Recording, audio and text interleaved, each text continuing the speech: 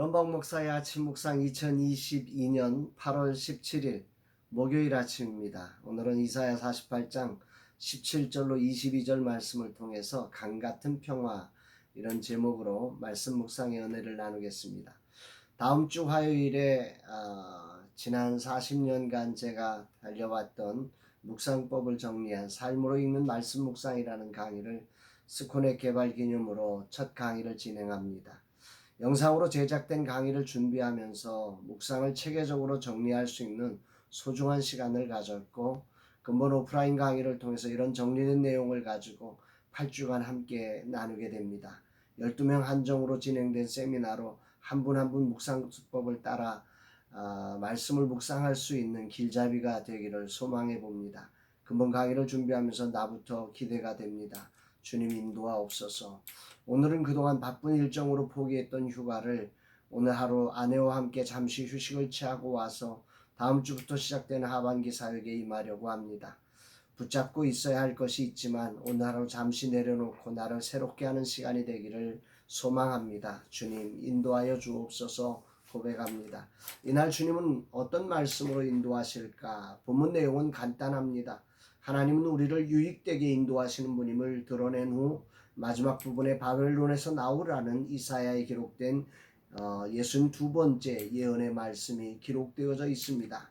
이 중 오늘 내게 울림을 가지고 들려지는 부분은 앞부분 하나님께서 자신을 계시하시는 부분이지요. 17절 말씀에 너희의 구속자시요 이스라엘의 거룩하신 이신 여호와께서 이르시되 나는 내게 유익하도록 가르치고 너를 마땅히 행할 길로 인도하는 내 하나님 여호와라.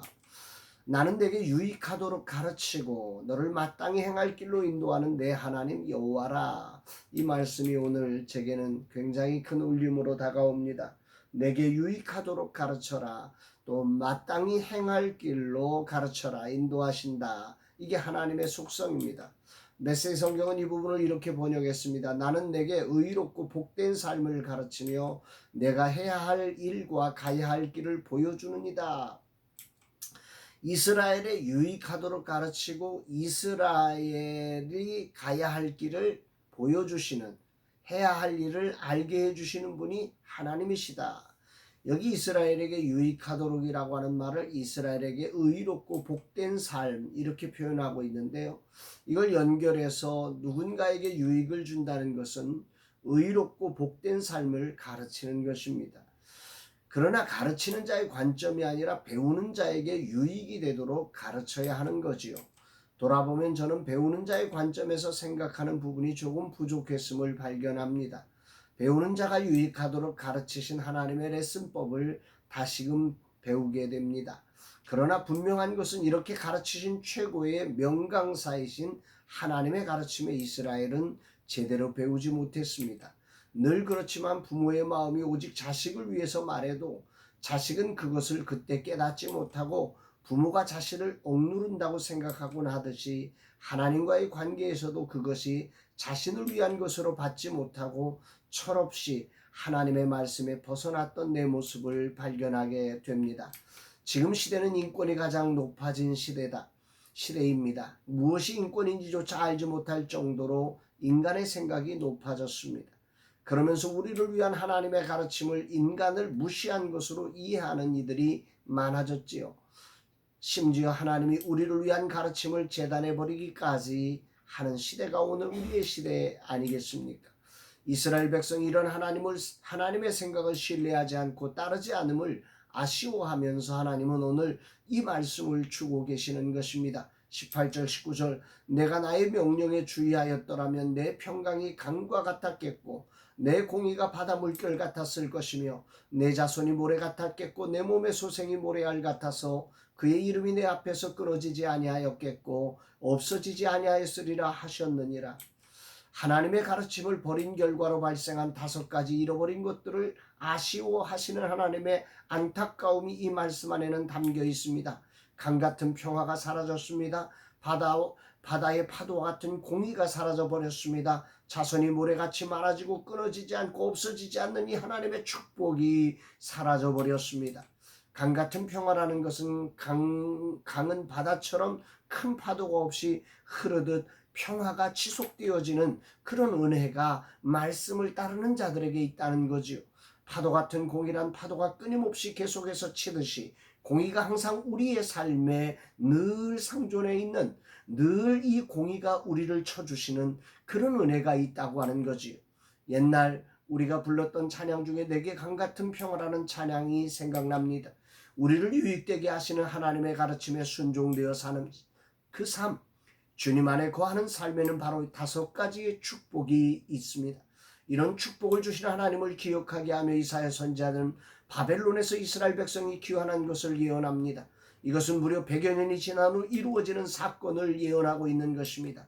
그러면서 21절에서는 출애굽 당시에 사막으로 통과하던 때에 바위에서 흐르는 물을 마시게 했던 사건을 기억하게 하십니다. 그리고 마지막 구절이 의미심장하지요. 22절 말씀입니다. 여호와께서 말씀하시되 악인에게는 평강이 없다 하셨느니라.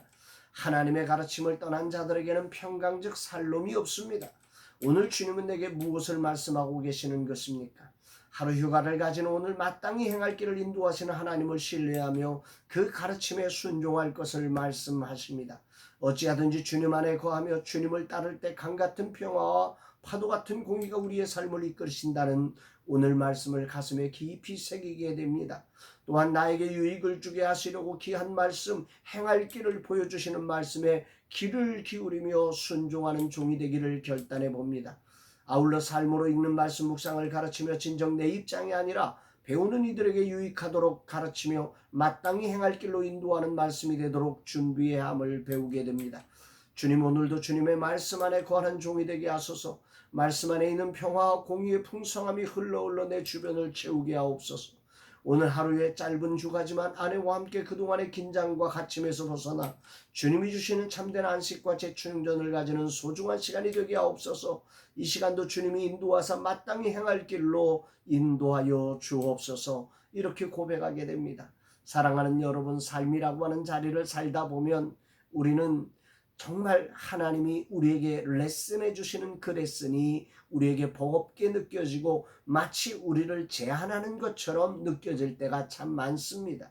그러나 하나님의 말씀은 그렇지 않습니다. 하나님의 말씀은 언제나 살았고 운동력이 있는 능력의 말씀으로 우리에게 유익이 되게 하며 우리에게 5가지의 하나님의 놀라운 축복의 언약을 이루는 하나님의 말씀임을 기억하면서 오늘 하루 저와 여러분의 삶 속에 말씀의 진정한 순종을 따라서 나를 유익되게 하시는 하나님의 말씀을 신뢰하고 그 말씀 앞에 우리의 삶이 굴복되어져서 정말로 강같은 평화와 파도 같은 공의가 우리의 삶을 둘러 넘치며 하나님의 축복이 자손만대로 넘쳐가시는 이런 복된 삶 살게 되기를 주의 이름으로 축복합니다.